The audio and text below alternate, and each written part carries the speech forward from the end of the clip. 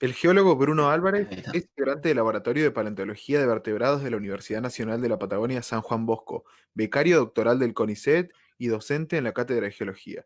Su tema de estudio comprende la paleoecología del Cretácico superior de la cuenca del Golfo San Jorge y su análisis a través del uso de isótopos estables.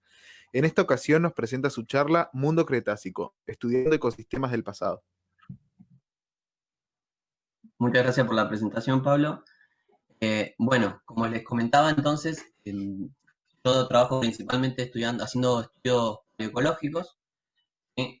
Eh, Soy integrante del laboratorio hace relativamente poco en comparación con todo el resto del equipo que lleva muchísimos años en esto. Y les voy a comentar un poco qué es lo que me estoy dedicando. ¿Sí? Como mencionó Pablo, la charla se llama Cretácico, estudiando ecosistemas del pasado, y básicamente lo que voy a hacer es contarles un poco cómo se realizan las reconstrucciones, ¿sí? Para poder entender cómo se componían los diferentes ecosistemas, ¿sí? Y cómo funcionaban. Por ejemplo, acá en la presentación podemos ver una ilustración realizada por una paleoartista canadiense que se llama Danielle Dufault, que me parece muy acorde para la charla porque básicamente eh, podría estar representando perfectamente uno de estos ecosistemas que intentamos reconstruir. ¿Sí? Vemos una fauna determinada, ¿sí? En este caso son los dinosaurios, acá tenemos una estructura, vemos una flora determinada y todo puesto en un determinado ambiente. ¿Sí? Entonces, básicamente, eso es lo que vamos a intentar hacer, reconocer cuáles eran todos los protagonistas que estaban dentro de estos ecosistemas, ¿sí? Y ahora vamos a analizar un poquito cómo se llegan a estas reconstrucciones. Bueno, para eso primero quiero darles en forma rápida algunas definiciones que son importantes para que se entienda un poco lo que vamos a charlar. Básicamente la paleoecología, ¿sí? Es bastante similar en muchos aspectos a los estudios ecológicos, ¿sí? Entonces vamos a hablar un poquito primero de qué es la ecología en general. Bueno, la ecología básicamente entonces es una ciencia que estudia la relación entre distintos protagonistas, así que van a ser la fauna, ¿sí? La flora de un determinado lugar, cómo interaccionan, ¿sí? estos organismos entre sí, pero también con su entorno, ¿sí? El entorno va a estar compuesto principalmente por el ambiente, ¿sí? Y por las condiciones climáticas bajo las cuales se desarrollarían todos estos sistemas. Ahora la diferencia con la paleoecología es que en la paleoecología vamos a llevar toda esta información, digamos, al pasado, y entonces ya no vamos a estar estudiando un ecosistema, sino que vamos a estar estudiando un paleoecosistema que va a estar compuesto por una paleofauna, que acá la quise representar con este pequeño dinosaurio emplumado, una pálora, que en este caso son unos helechos, y el entorno va a estar compuesto por un paleoambiente y un paleoclima. Entonces vamos a ir viendo cómo podemos ir reconociendo y estudiando cada una de estas partes para finalmente poder reconstruir ese paleoecosistema, ¿no? Bueno, el ecosistema, una palabra que seguramente a todo el mundo le suena, pero ¿qué significa? ¿Sí? Básicamente es la unidad de estudio que va a tener la paleoecología. ¿Sí? Es un sistema que va a incluir, como les dije, una fauna y una flora determinadas y todas las interacciones entre estos tipos de organismos. Ahora, un ecosistema puede tener escalas muy variadas. Podemos estar hablando de grandes ecosistemas como, por ejemplo, el ecosistema terrestre, ¿sí? De todo el mundo, o ecosistemas tan pequeños como, por ejemplo, los organismos que se desarrollan en un charco de agua. ¿Bien? Entonces son una fauna y una flora determinadas de ese ambiente que vamos a estar tratando de estudiar y que se van a generar o van a desarrollarse bajo condiciones específicas que serían, en este caso, las condiciones climáticas. Y un detalle muy importante es que dentro de este ecosistema, ¿sí? Va a haber una transferencia de materia de energía que se produce principalmente a través de las redes tróficas, desde los niveles más bajos, que son los productores, las plantas, y pasando a través de todos los niveles tróficos. Es decir, que podemos dividir básicamente todos estos componentes de un ecosistema en factores bióticos, que son la fauna y la flora, y en factores abióticos, que estarían compuestos por el escenario, digamos, donde se desarrolla, por el ambiente, y las condiciones climáticas eh, que actúan sobre este sitio, ¿no? Un ecosistema, entonces sería tratar de estudiar todos estos componentes, pero tiempo atrás en el pasado, ¿sí? En este caso, en el caso de esta charla, en el Cretácico. Para entender cómo se estudia un paleoecosistema, hay que entender la diferencia entre lo que haría un ecólogo y un paleoecólogo, porque si bien tienen algunas semejanzas, también hay algunas diferencias que son muy importantes de mencionar. Por supuesto que esto está, se cae de maduro, digamos decirlo, pero hay que nombrarlo porque es importante. Un ecólogo estudia ecosistemas actuales, ecosistemas modernos, es decir, los que se ven hoy en día, y un paleoecólogo va a estudiar los ecosistemas del pasado. Es una diferencia sumamente importante que se tienen que recordar, es que en la ecología, ¿sí? El ecólogo va a estudiar los organismos presentes, es decir, que los va a poder, son todos los organismos que se van a poder ver, que se desarrollan en este mismo instante, ¿sí? Y que interactúan en este mismo instante. En cambio, un paleoecólogo lo que va a hacer es estudiar o basar sus estudios, digamos, únicamente en los organismos que están preservados. Esta es una diferencia fundamental entre estas dos disciplinas, porque en ecología uno puede tener el panorama prácticamente completo de todos los organismos que se desarrollan en un determinado ecosistema. En cambio, nunca vamos a poder en paleoecología llegar a alcanzar un nivel 100% de exactitud, de precisión en nuestras reconstrucciones, simplemente por el hecho de que probablemente hayan muchos organismos de los cuales no tengamos evidencias. Y esto un poquito fue de lo que les comentaba Gabriel en su charla, que ahí sobró en detalles, digamos, sobre cómo se preservan estos organismos. Con respecto al clima y al ambiente, en ecología es lo mismo, estamos viendo el clima y el ambiente actual en este mismo momento. En cambio, en paleoecología, todos datos los vamos a inferir a través de algunas técnicas que ya algunas les fueron mencionando en estas charlas, pero las vamos a abordar un poquito más adelante. El comportamiento e interacciones en ecología se pueden ver en vivo, ¿sí?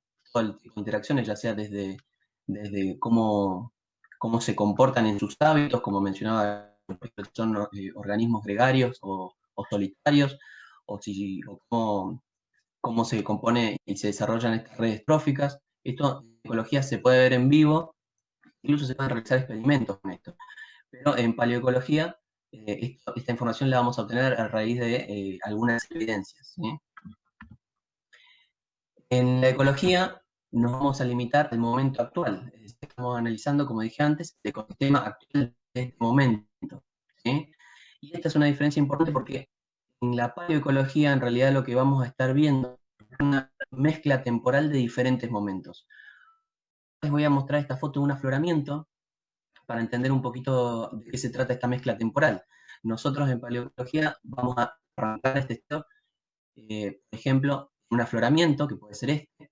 Vamos a ir recabando todas las evidencias de organismos que encontremos. Por ejemplo, yo acá abajo, en los estratos inferiores de este afloramiento, podría encontrar restos de algún dinosaurio, por ejemplo.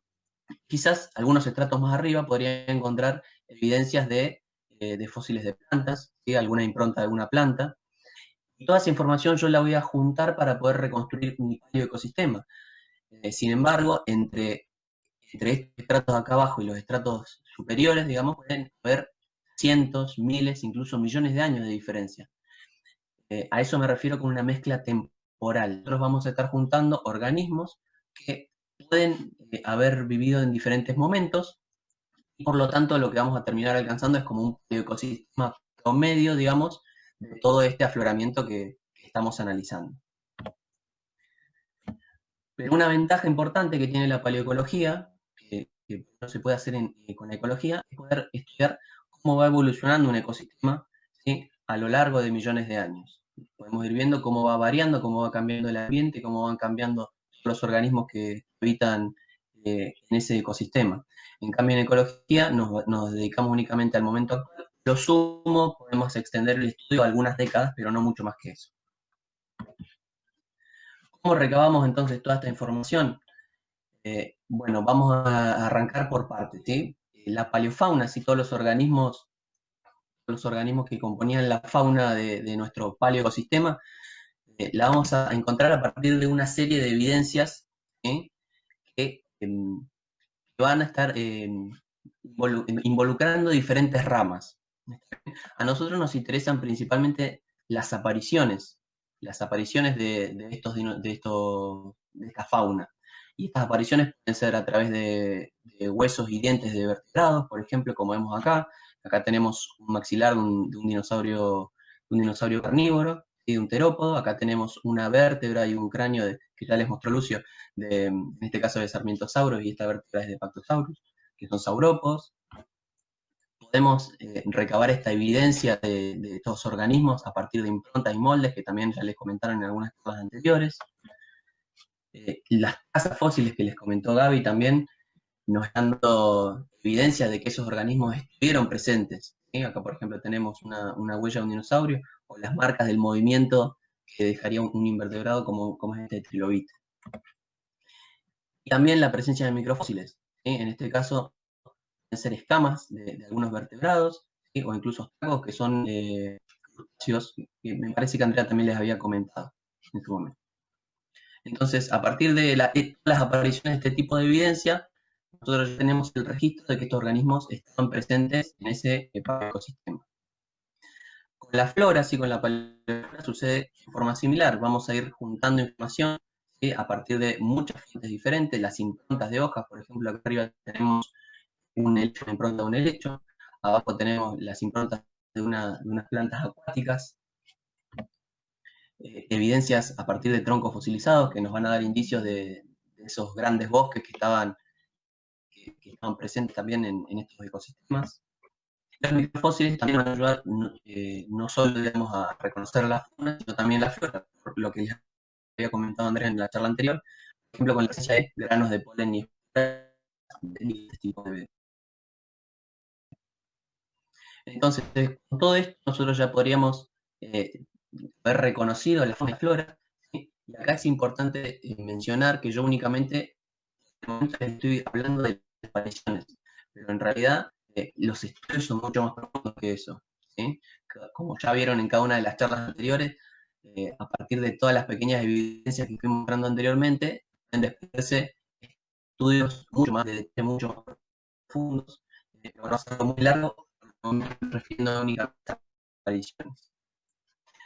Pero para completar el ecosistema nos falta el escenario, nos falta el entorno, que acuérdense que está compuesto por ambiente y las condiciones climáticas. Entonces, ¿cómo reconocemos esas partes del paleocosistema? Bueno, acá les estoy mostrando un blog diagrama de los principales medios sedimentarios, que son los que vamos a intentar reconocer para poder entender y identificar cuál era el paleoambiente en el cual se desarrollaban todos estos organismos. Fíjense que tenemos ambientes muy variados, tenemos ambientes marinos, ambientes costeros, ¿sí? Tenemos ambientes desérticos, dominados por sistemas fluviales, lacustres. ¿Sí? Hay una variedad muy grande de ambientes. ¿Y cómo los podemos ir identificando? Bueno, la paleontología, es decir, la presencia de esta información paleontológica de los fósiles, nos va a ayudar, una ayuda muy grande para ir discriminando distintos ambientes. Por ejemplo, si encuentro dientes de tiburones, por ejemplo, ya me estaban hablando de un ambiente marino. Si estoy entrando huesos de dinosaurios fosilizados, me van a estar hablando de un ambiente continental. Entonces, como les explicó Andrés, por ejemplo, en fósiles, voy a poder encontrar evidencias que me van a ayudar de forma mucho más específica a determinar, digamos, no solo si era un ambiente marino o terrestre, sino también, por ejemplo, era un de agua lunar, por ejemplo. Pero además, la geología, ¿sí? Es la disciplina por ahí que nos brinda muchísima información también para poder desentrañar, digamos, cuál era este paleoambiente. Y lo que vamos a hacer para las herramientas que vamos a usar, digamos, va a ser el estudio de las rocas.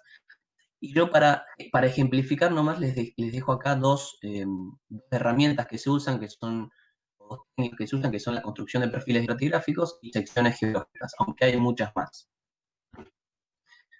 Un perfil estratigráfico, bueno, básicamente es una construcción vertical, ¿sí? Que va a estar representando todas las rocas de forma vertical, unas arriba de otras, que el geólogo va describiendo en un afloramiento, ¿sí? Va a ir caminando por este afloramiento, describiendo cada uno de estos estratos, ¿sí? Y eso después se va a volcar a este tipo de gráficos, digamos que en este caso es un perfil estratigráfico. lo que voy a hacer después con esta información es tratar de determinar qué tipo de ambiente fue el que depositó estas rocas. Y esto lo podemos saber porque diferentes tipos de ambiente eh, producen secuencias de roca que se diferencian unas de otras, ¿sí? Entonces, de esa manera yo voy a poder ir discriminando en qué tipo de ambiente, a qué tipo de ambiente pertenecen estas rocas y por lo tanto en qué ambiente se van a desarrollar esos fósiles o esos fósiles que encontramos dentro de estas rocas. Las secciones geológicas son otras herramientas que también pueden ayudar. Básicamente lo que se hace, como ven acá arriba en la imagen, es a partir de un afloramiento, ¿sí? Ya no es solo una reconstrucción vertical, sino que es algo más marcativo. Lo que voy a hacer es tratar de entender qué clase de ambiente fue el que me depositó estas rocas, pero ahora ya no utilizando una vertical, sino en dos dimensiones, digamos, a lo largo de todo este afloramiento. En este caso en particular, en este trabajo de Paredes del 2016, se identifica que fue un sistema fluvial, es decir, que ríos fueron los culpables, digamos, de depositar estas rocas. Ahora nos faltaría entonces determinar cómo podemos identificar el paleoclima. Y en realidad hay muchísimas fuentes de información que nos van a ayudar a determinar el clima que esperaba, digamos, en un determinado ecosistema. Les voy a dar algunos ejemplos nomás como para que puedan dar alguna idea. La geología, ¿sí? Es una disciplina que nos aporta mucho en esto. Por ejemplo, la presencia de grietas de desecación, como las que se pueden ver hoy en día, nos está hablando de ambientes más áridos, de ambientes más secos, ¿sí? La presencia de paleosuelos, que son estratos donde se puede observar un desarrollo de organismos muy fuerte, que también nos va a estar hablando de climas que tenían condiciones más propicias para ese desarrollo, ¿sí? La paleobotánica, por ejemplo, es decir, el estudio por ejemplo, de los bordes de hojas y las impresiones de los bordes de las hojas, o anillos de crecimiento en troncos fósiles, también nos van a estar aportando información sobre el clima, porque dependiendo del clima que imperaba en una zona, estos van a mostrar diferentes características. Acá no lo puse, pero los microfósiles también nos aportan mucho, ¿sí? Andrea ya comentó antes esto. También hay un montón de estudios geoquímicos que nos pueden ayudar a determinar cuál era este paleoclima. Difracción de rayos X es una técnica que se utiliza para diferenciar tipos de arcillas, ¿sí? Y esto es importante porque hay muchas arcillas que se desarrollan bajo determinadas condiciones climáticas. Y el estudio de isótopos estables en fósiles de vertebrados e invertebrados, que lo voy a mencionar un poquito más en profundidad más adelante. Entonces, como ven, tenemos muchísimas fuentes de información y en realidad no nos basamos en una única fuente de información para poder determinar el paleoclima, sino que lo mejor, como ya había mencionado en otras charlas, si tenemos más información es mucho mejor y podemos alcanzar interpretaciones mucho más confiables. Entonces, fíjense que con todo esto que les fui comentando, ya tendríamos todos estos protagonistas, digamos, de nuestro paleoecosistema identificados, la fauna, la flora y el entorno, ¿sí? Entonces, se podrán imaginar que con esto ya podríamos juntar, digamos, estas distintas piezas de este rompecabezas y o alcanzar esta reconstrucción. Y es verdad, ya lo podríamos hacer por lo menos a priori, tener una idea de cómo era este ecosistema, este paleoecosistema, ¿sí? Sin embargo, hay técnicas y muchas formas que nos van a servir para mejorar y ser mucho más precisos en nuestras reconstrucciones, como por ejemplo, pueden ser, como les mencionaba recién, los isótopos estables. Bueno, ¿qué son los isótopos estables? Esto es un tema que podría llevar muchísimas filminas y mucho tiempo, pero voy a tratar de resumirlo en un par de filminas únicamente. Bueno, los isótopos básicamente son átomos de un mismo elemento químico, como ven acá en la imagen, por ejemplo, ejemplificada con estos 3 átomos de hidrógeno, que tienen el mismo número atómico, es decir, el mismo número de protones, pero diferentes números másicos, que son la suma de los protones y los neutrones. Ahora, ¿por qué nos interesan en paleoecología el estudio de estos isótopos? Bueno, básicamente porque los isótopos van a ser incorporados al cuerpo de los organismos a través de la alimentación, es decir, cuando ingieren alimento o cuando beban agua, van a estar incorporando todos estos elementos químicos y con esos elementos van a conformar los tejidos del cuerpo. Estos isótopos van a quedar registrados en los huesos, en los dientes, incluso en los músculos, ¿sí? En la piel. Por eso esta medicina, este es un tipo de análisis que se usa mucho en biología. Bueno, nosotros lo vamos a dar a la paleoecología. Ahora, ¿qué nos va a interesar a nosotros particularmente? Si bien se pueden hacer análisis de muchísimos isótopos, a nosotros nos va a interesar principalmente el carbono, ¿sí? Porque me va a estar hablando de principalmente de la vegetación, ahora vamos a profundizar un poquito más en eso, y el oxígeno, que nos va a hablar un poco de las fuentes que utilizaban para estos organismos y de los modos de vida que tenían en ese paleoecosistema. ¿Cómo estudiamos o cómo vamos a hacer estos análisis de isótopos textuales? Pues básicamente nos vamos a basar en el estudio de dientes fósiles. ¿Por qué dientes y no huesos? Si les dije que estos isótopos se incorporan a todos los tejidos. Bueno, básicamente como Gabriel, todos los huesos desde que el organismo muere y hasta que los encuentra el paleontólogo en la actualidad, pasan muchísimos millones de años. Entonces, estos huesos se pueden alterar, se pueden modificar en su estructura. Y que pasa, los dientes son, como les mencionaba Gaby, son la estructura más estable y más dura del cuerpo. Esto genera que esos isótopos se preserven a pesar de los millones de años que puedan haber pasado. Entonces yo, si estudio los isótopos presentes en estos dientes, me voy a estar asegurando de estudiar los isótopos que fueron incorporados cuando este diente se produjo, ¿sí? Entonces, lo que voy a obtener a partir del estudio de isótopos. Bueno, a partir del carbono, que les dije que tenía que ver con la vegetación, básicamente voy a poder distinguir grupos de plantas, ¿sí?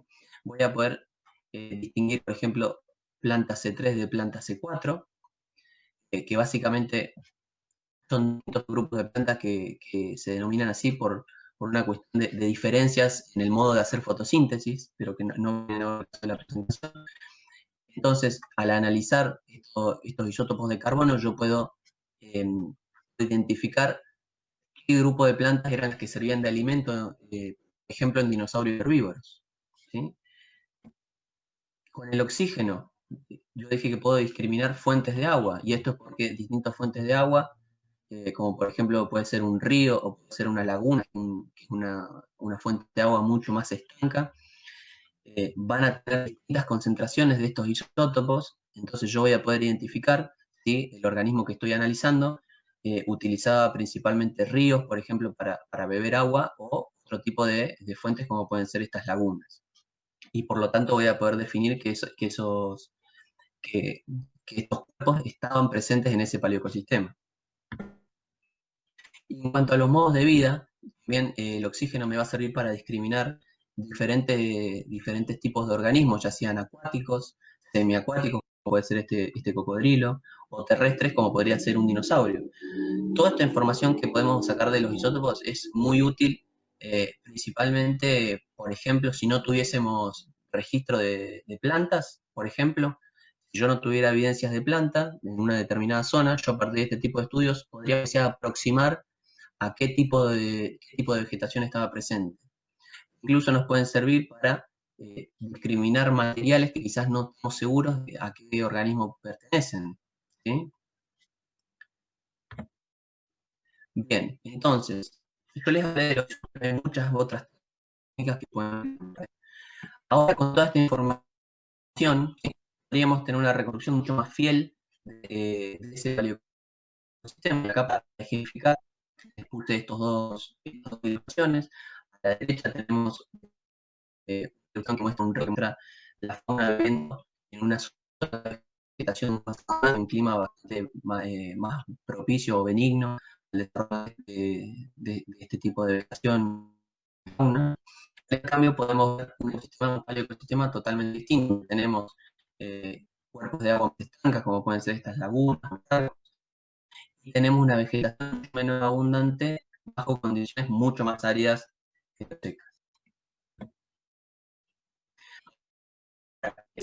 Con esto terminará los estudios para es un rotundo no. ¿Por qué? Porque hasta acá lo que hicimos fue construir ese ecosistema a partir de las evidencias. Pero acuérdense que al principio les comenté que una de las partes más importantes tanto de la ecología como de la paleoecología son las interacciones, las relaciones que hay entre los organismos, entre sí y con el ambiente. Entonces, podríamos profundizar mucho más en estos estudios, tratando de hacer análisis que nos den más información sobre las redes, sobre el comportamiento de que tenían, por ejemplo, los dinosaurios. En este caso estamos hablando de los dinosaurios, ¿sí? Como les explicaba Lucho, si, por ejemplo, más grandes, eran en manadas, eran individuos más solitarios. Todo esto es muy importante para la paleoecología. O, por ejemplo, también el de nicho ecológico, es decir, que los nichos ecológicos son la función que desempeñaba un determinado organismo dentro del paleoecosistema, porque cada uno de los organismos tiene una función específica que puedan existir y que puedan estar todos habitando el mismo ecosistema. Bueno, para terminar, básicamente, este de disciplinas distintas que fuimos tocando a lo largo del como puede ser, la ecología es un tipo de estudio que involucra muchísimas ramas, así desde la paleontología en todas sus distintas ramas, la ecología, la geología, geoquímica, geología también. La idea que quiero que saquen por ahí es que si bien uno tiene que tener conocimientos o conceptos básicos de todas estas ramas, no es necesario ser experto en cada una de ellas, como vieron en las charlas anteriores, ser disciplinas enormes en las que uno se va a dedicar la vida. Entonces, en particular, yo hago estudios paleobiológicos, pero me concentro en la paleontología de los hacer estudios de isótopos extraños, pero sin embargo, tengo que poder estar, digamos, ir entrando y saliendo de cada una de estas ramas para poder alcanzar reconstrucciones más fieles, ¿sí? Eh, y a intentar reconstruir el ecosistema de la forma más adecuada posible. Bueno, espero no haberlos aburrido demasiado. Bueno, y estoy para responder sus preguntas. Buenísimo, Bruno, muchas gracias. Dejaste todo tan que no tenemos. ¿No? ¿Ninguna? Sí, Hay sí, una, Pablo. acá hay una. ¿Qué tipo de análisis requiere el isótopo de los dientes? Los isótopos de los dientes, perdón. Un segundito, estoy tratando de poner la cámara. Sí, sí, sí, ahí estamos viendo. ¿Me repetí la pregunta, no? ¿Qué tipo de análisis requiere los isótopos de los dientes? En realidad, los isótopos es un análisis en sí, ¿sí? Yo lo que intento hacer es, por ahí la pregunta más importante, ¿cómo realizo ese análisis? Lo que yo hago con los dientes, por ejemplo, es extraer un polvillo del esmalte de esos dientes, y ese polvillo es lo que se va a mandar a analizar para ver determinados isótopos, ¿sí? En este caso, yo me concentro en determinar las concentraciones de isótopos de carbono y oxígeno, principalmente para determinar las características que les mencioné recién, el tipo de vegetación presente en los ecosistemas, los de agua, los de vida. Sin embargo, hay muchísimas otras cosas que pueden hacer con los isótopos, que por ahí no estoy metido en todos los isótopos. Por ejemplo, hay isótopos que sirven para determinar incluso aspectos migratorios, por ejemplo. Hay estudios de isótopos que se pueden utilizar para determinar la temperatura corporal de los organismos, que es un tema tan debatido, o que siempre arroja muchas dudas. Pero bueno, creo que eso por ahí un poquito contesta la pregunta. Sí, yo tengo igual una pregunta para hacerte. ¿Se pueden hacer estos tipos de estudios isotópicos, microfósiles que se mencionaron al principio? Yo no tengo registro de que se puedan hacer en microfósiles. Si bien, les comento, la cantidad de material que uno requiere para hacer estos análisis es ínfima, son microgramos que se requieren, es decir, es menos de la cabeza de un alfiler, por ejemplo. Pero yo realmente no estoy tan metido en los fósiles, porque lo que hay que ver es si la preservación es buena, por ejemplo, en el caso de los dientes, si hacer un análisis de un fósil me podría arrojar algún resultado que sea confiable. Eh, Voy a obtener resultados que me van a llevar a conclusiones erróneas. Bien, otra consulta, Bruno. ¿Estos análisis se hacen en Argentina y qué costo tienen? Estos análisis para paleontología, no. Y algunos laboratorios han hecho estudios acá en Argentina, pero se basan principalmente en el estudio de muestras biológicas. O sea, que le comenté que esto es un análisis que se usa mucho en biología, pero en paleontología, si bien afuera, en otros países es muy usado desde hace varias décadas, acá en Argentina es una disciplina bastante nueva, entonces los laboratorios acá no tienen los equipos necesarios para poder desarrollar este tipo de análisis. Entonces sí o sí es necesario enviar las muestras afuera, a laboratorios de afuera. Bien, perfecto. Gracias, Bruno. No por nada.